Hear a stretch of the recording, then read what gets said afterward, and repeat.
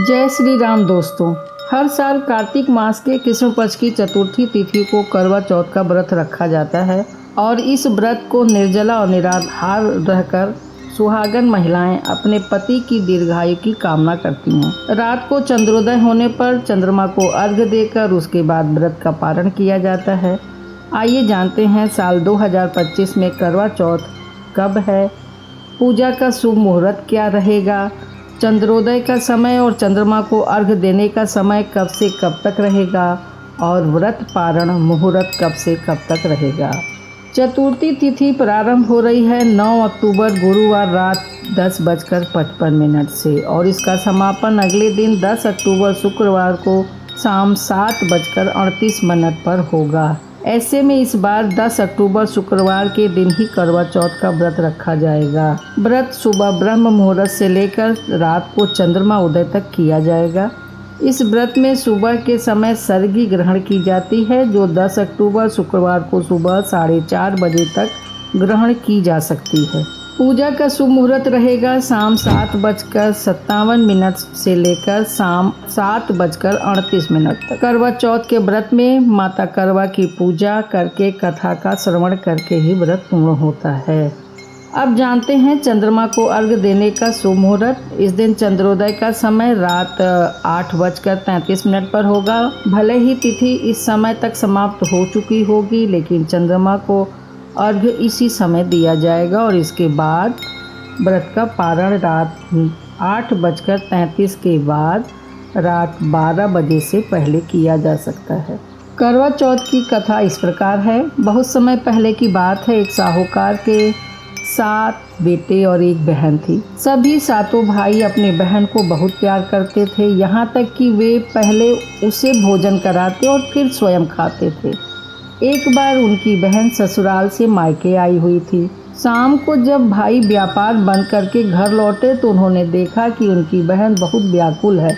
सभी भाई खाने बैठे और बहन से भी आग्रह करने लगे, लेकिन बहन ने बताया कि वह करवा चौथ का निर्जल व्रत रखे हुए है और चंद्रमा को अर्घ्य देने के बाद ही भोजन कर सकती है। चंद्रमा के न निकलने के कारण वह भूख और प्यास से व्याकुल हो रही थी। अपनी बहन की हालत देखकर सबसे छोटे भाई से रहा नहीं गया। वह दूर पीपल के पेड़ पर दीपक जलाकर छलनी में रख देता है और दूर से देखने पर ऐसा प्रतीत होता है कि चंद्रमा निकल आया है। छोटा भाई अपनी बहन से कहता है कि चंद्रोदय हो गया है, अब तुम अर्घ्य देकर भोजन कर सकती हो। बहन सीढ़ियों पर चढ़कर दीपक को चंद्रमा समझ अर्घ्य देती है और भोजन करने बैठ जाती है। लेकिन जैसे ही पहला ग्रास मुंह में डालती है उसे छींक आ जाती है, दूसरा ग्रास डालती है तो उसमें बाल निकल आता है, तीसरा ग्रास खाने ही वाली होती है कि उसे अपने पति की मृत्यु का समाचार मिल जाता है।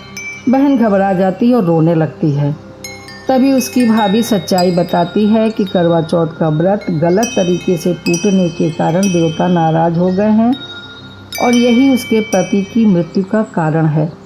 सच्चाई जानकर करवा निश्चय करती है कि वह अपने पति का अंतिम संस्कार नहीं होने देगी और अपने सतीत्व से उसे पुनर्जीवन दिलाकर रहेगी। वह पूरे 1 वर्ष तक पति के शव की देखभाल करती है और उसके ऊपर उगने वाली सुई नुमा घास को इकट्ठा करती रहती है। 1 साल बाद फिर करवा चौथ का दिन आता है। उसकी सभी भाभियां व्रत रखती हैं और आशीर्वाद लेने करवा के पास आती हैं। करवा प्रत्येक भाभी से सुई मांगती है और कहती है कि मुझे भी अपनी जैसी सुहागिन बना दो।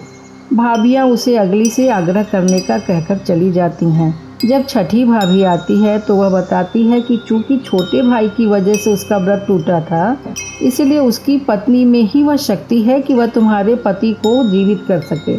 आखिर में छोटी भाभी आती है। करवा उससे भी सुहागिन बनाने का आग्रह करती है लेकिन वह टाल मटोल करने लगती है। यह देखकर करवा उसे जोर से पकड़ लेती है और कहती है कि जब तक वह उसके पति को जीवित नहीं कर देगी तब तक वह उसे नहीं छोड़ेगी। भाभी छुड़ाने के लिए उसे खरोचती है और कसमसाती है लेकिन करवा नहीं छोड़ती। अंत में उसकी दृढ़ निष्ठा देखकर भाभी पसीज जाती है और अपनी छोटी उंगली को काटकर उसमें से अमृत उसके पति के मुंह में डाल देती है। उसका पति तुरंत श्री गणेश कहते हुए जीवित हो उठता है इस प्रकार प्रभु कृपा से छोटी भाभी के माध्यम से करवा को अपना सुहाग वापस मिल जाता है। यही कारण है कि करवा चौथ का व्रत आज भी अटूट और आस्था और विश्वास के साथ किया जाता है। उम्मीद है आज की जानकारी आपको पसंद आई होगी। वीडियो को लाइक करें, शेयर करें और चैनल को सब्सक्राइब करना ना भूलें। धन्यवाद।